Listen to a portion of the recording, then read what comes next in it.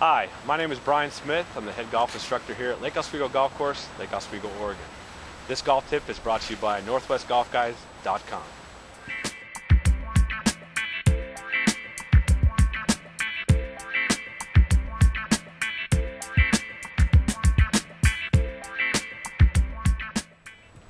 Today we're going to discuss a couple of things about the golf swing that a lot of people come to me and they say, Brian, I want to hit the ball further. I want to be like the guys on tour. I want to talk to you about some of the things that I see in different golf swings on tour, but it really relates to the same thing. On tour, you see a lot of guys like John Daly, Vijay Singh, Tiger Woods, Phil Mickelson, J.B. Holmes is a new one that's coming out who's got a great golf swing, but they're all different, but they have one similarity. The one similarity is their hip rotation. A lot of golfers that come to me and they want to hit the ball further and a lot straighter, they ask me, well, how can I do this with just my arms? Well, you can't. All of those guys have different arm swings. John Daly has this big old arm swing all the way back. J.B. Holmes has this really short swing. Vijay Singh also has a very nice, long, loopy swing. Well, those guys are all built differently. Vijay's 6'6", John Daly's 5'11", and about 245. He's a lot like me, so I can't swing like Vijay Singh. I can't swing like Tiger Woods. So what I'm going to tell you right now is the similarity, the fact that I've found in all of those golf swings that makes sense, that is the same, and it is used throughout every single golf swing on tour. That's the hip rotation. Every single one of those guys in their golf swings has a massive hip rotation that usually leads the golf club to the impact zone.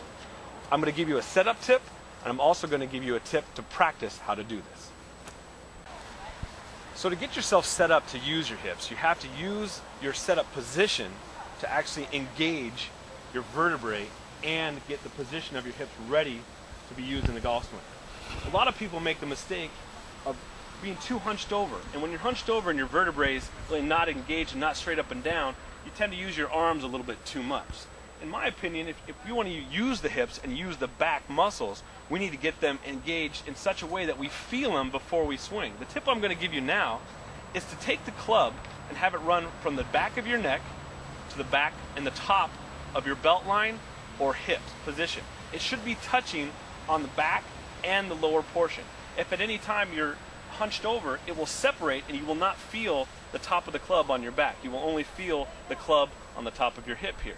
So in this position here, I'm in no way, shape, or form able to use my hips. I will only swing my arms, which is, in my opinion, very difficult to recreate that same movement. From this position, I really feel where my fist is right here in my lower back. I feel some pressure, and that pressure is good pressure because that pressure allows me to know that as I turn, I am using those muscles. Any type of back pressure is use of those muscles and that energy.